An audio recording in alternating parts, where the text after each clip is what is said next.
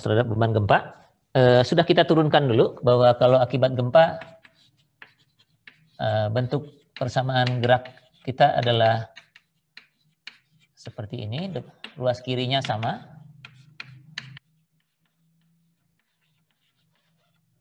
Lalu ruas kanannya itu adalah M dikalikan vektor pengaruh, influence vektor R, baru dikalikan dengan percepatan tanahnya ya. Jadi yang fungsi waktunya itu adalah percepatan tanah ini, minus M kali R ini menjadi distribusi spasialnya ya. Jadi ini adalah S-nya untuk gempa ya. Untuk bangunan geser, R-nya ini isinya satu semua ya. Satu begitu ke bawah ya. Sementara M-nya ini matriks massa ya. Nah, jadi analisis akibat gempa akan sama persis seperti analisis yang kita lakukan tadi. Bedanya hanya ini saja bahwa S-nya itu adalah minus M kali R dan PT-nya tadi, fungsi waktunya tadi itu ada di percepatan tanah ini. Sehingga kalau kita punya struktur yang sama seperti yang tadi, yang dikenai oleh percepatan tanah akibat gempa, maka respons yang kita ingin cari, respons yang ini misalnya R, respons yang ini, itu sama dengan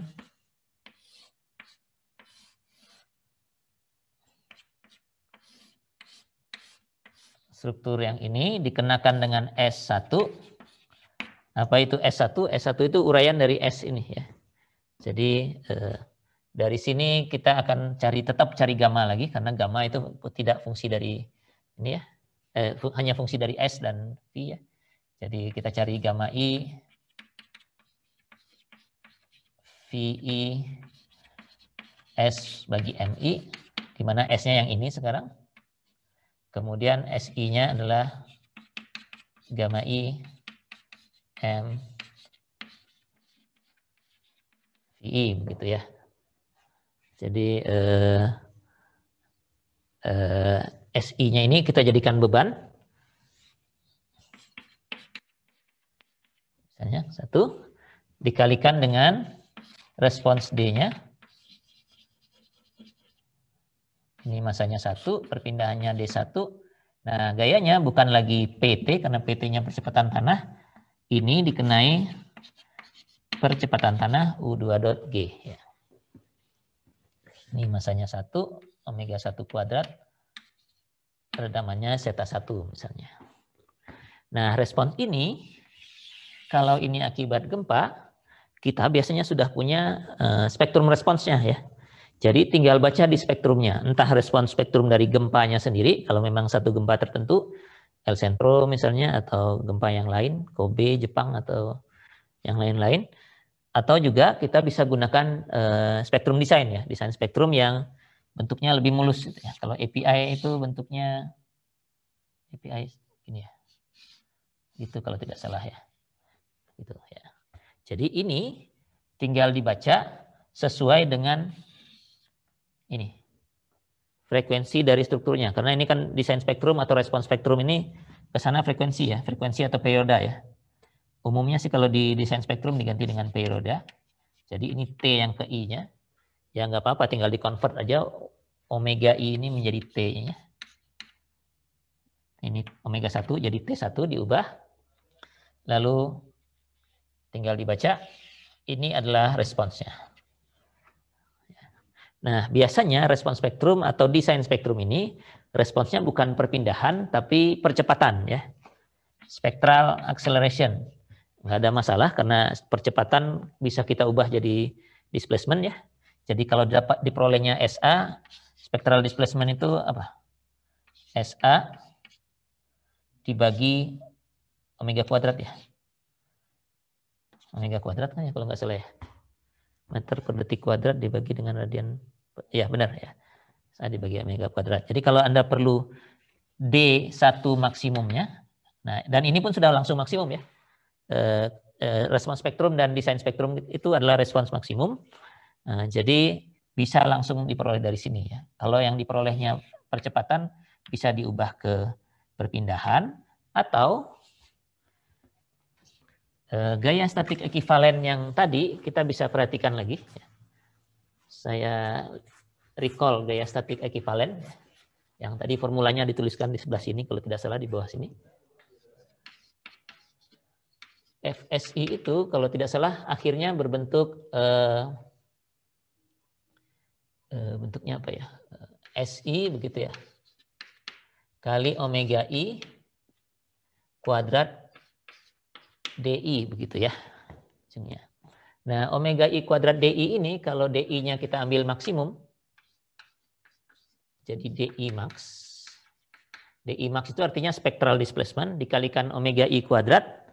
Spectral displacement kali omega I kuadrat sudah jadi percepatan maksimum ya. Jadi ini bisa diganti menjadi SI kalikan respons percepatan maksimum ya. Jadi ini belum maksimum, respon percepatan aja dulu ya. Pseudo acceleration ya.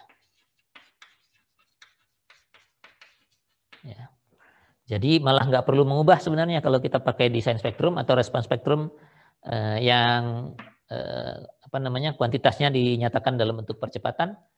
Kalau mau mendapatkan perpindahan juga bisa begini, tapi kalau yang kita ubah itu ujungnya ini, jadi omega I kuadrat DI ini adalah AI sendiri ya, percepatan sendiri ya.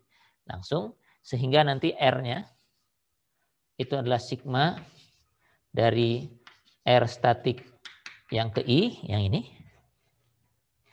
Ini dikalikan dengan omega kuadrat kali D-nya itu sudah langsung AI-nya saja ya. Jadi begitu. Kalau AI-nya maksimum ya tinggal SS ya. Kalau AI-nya jadi spectral acceleration kalau kayak begini, jadi R-nya itu adalah akar dari jumlah R statik yang ke I dikalikan dengan A spectral acceleration ya. SA yang ke I ini dikuadratkan dulu, terus dijumlahkan baru diakarkan lagi. Kalau ini kan dijumlahkan saja karena kalau belum yang maksimum. Kalau yang maksimum itu seperti ini karena menggunakan square root of sum square ya. Jadi untuk gempa bedanya hanya di sini sedikit ya. Pertama kita harus mencari distribusi spasial bebannya dari ini minus M dikalikan faktor pengaruh R. Lalu langkahnya seperti yang tadi. Ini tetap analisis secara statik. Kalau ingin mendapatkan respons statik dari yang ini mana nih? Yang di sini ya. R statik yang ke-1 misalnya di situ. Nah, dinamiknya sudah diwakili oleh respons spektrum atau desain spektrum ini. Kemudian lanjutannya tinggal dibaca dan dimasukkan kembali ke formulanya masing-masing. Jadi untuk beban gempa sudah beres, tinggal baca aja semua ya, karena dinamika strukturnya sudah diambil alih oleh respons spektrum atau desain spektrum ini. Kalau respons spektrum mungkin lebih bergerigi ya, bisa saja tripartit begitu ya, seperti yang dulu kita gambarkan. Kesananya periode, kesananya kecepatan, ke situ perpindahan, ke sini percepatan, biasanya begitu ya. Jadi tergantung ininya, kita bisa baca ke sumbu percepatan, sumbu kecepatan, atau sumbu perpindahan. Bacanya gimana? Perpindahan ke sebelah bawah sini ya. Ya, ini kebetulan pas di situ gitu ya. Jadi terserah yang mana, tergantung kuantitas yang mana yang kita inginkan ya. Kalau dalam hal ini karena ada omega kuadratnya di sini, lebih baik percepatan saja langsung ya. Jadi tinggal dikalikan dengan percepatan saja dari respons statik ini. Nah, saya kira demikian. Jadi materi kelas ini habis di sini sebenarnya ya. Jadi 2 kali kuliah mendatang itu tinggal opsional. Saya akan memberikan problem yang terakhir yang terkait dengan yang kayak begini. Mungkin 1 bebannya harmonik, 1 bebannya gempa dengan 1 spektrum tertentu yang Anda akan baca ya. strukturnya bisa sama aja, biar analisis struktur statiknya sekali aja ya. Jadi untuk yang statik ini Anda mungkin harus recall untuk mendapatkan matriks kekakuannya seperti apa. Lihat lagi dulu di analisis struktur bagaimana mendapatkannya. Saya kira demikian ya. Jadi kuliah hari ini selesai dan materinya juga sudah habis ya. Kita tinggal menunggu ujian akhir yang belum ditentukan jadwalnya. Nah, sebelum ujian akhir ada kesempatan 2 kali kuliah. Setidaknya yang 1 kali yang pertama besok akan saya manfaatkan untuk review sambil mengecek apakah ada pekerjaan Anda yang selama minggu ini, 1 minggu ke depan ada feedbacknya. Kita akan bahas itu, kemudian review secukupnya. Mulainya tetap jam 8 lagi lah, ya. Tidak usah jam 7. Nah, nanti yang terakhirnya, yang seminggu setelah itu terserah Anda mau diadakan atau mau tidak, atau mau di ujian lebih awal, nanti Anda saja yang memutuskan minggu depan ya. Oke. Dari saya cukup segitu hari ini. Kalau ada yang mau ditanyakan boleh sampaikan. Pak, saya ingin bertanya, Pak. Ya, silahkan. Kalau untuk tadi kata Bapak kan nanti kita akan meninjau menggunakan analisis struktur ya Pak nanti. Iya.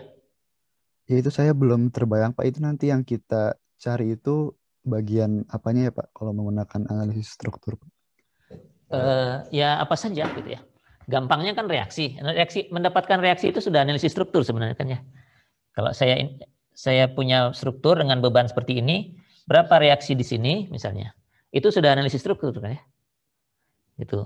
Ini saya gambarkan di sini misalnya momen di kolom yang ini begitu. Kan kalau kita ingat analisis struktur yang lalu, kalau saya punya struktur yang nggak usah sekompleks inilah ya. Struktur portal biasa aja tapi derajat kebebasannya inilah. Tapi derajat kebebasannya ada semua gitu ya. 1, 2, 3, 1, 2, 3, 4, 5, 6 gitu ya. Nah, dengan metode kekakuan langsung misalnya dari K kali, dulu saya pakai labelnya D gitu ya. Ini D1, ini sama dengan U yang sekarang ya. D3, D4, D5, D6. Sama dengan gaya luarnya yang bekerja. Dari sini kita bisa lakukan analisis sehingga mendapatkan misalnya gaya-gaya di ujung-ujung ini kan. Kalau pakai kekakuan langsung misalnya. Jadi misalnya di balok nih ABC ya.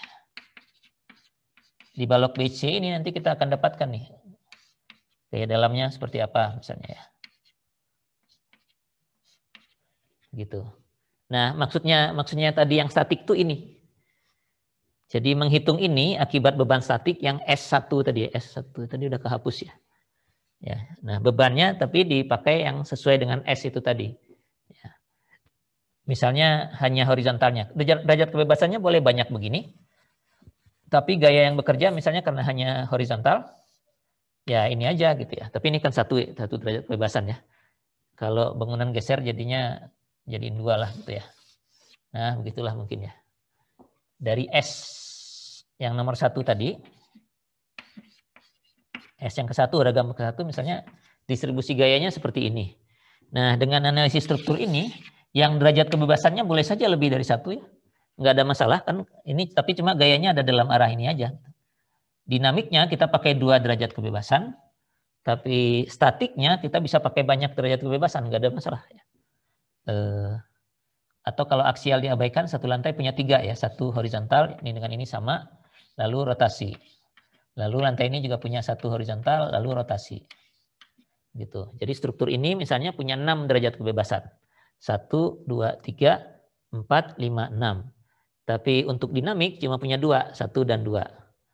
Oke. Nah, dengan analisis struktur secara statik, akibat beban yang ini, kita bisa dapatkan semua nih apa yang kita inginkan.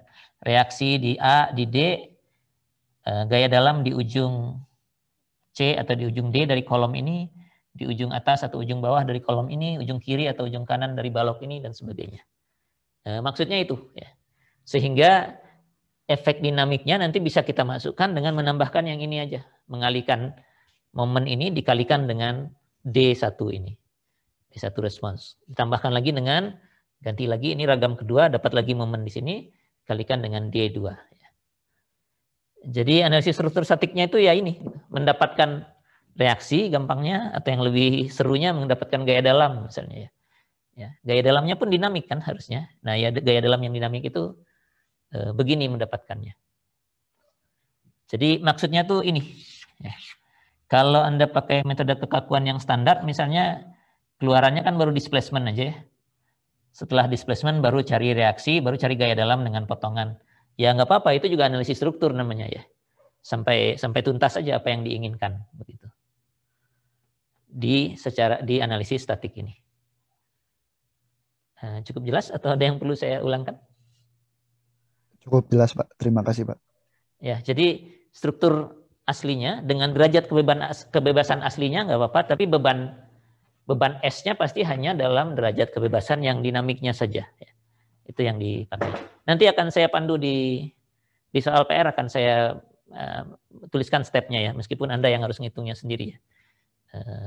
Pakai metode kekakuan atau kekakuan langsung.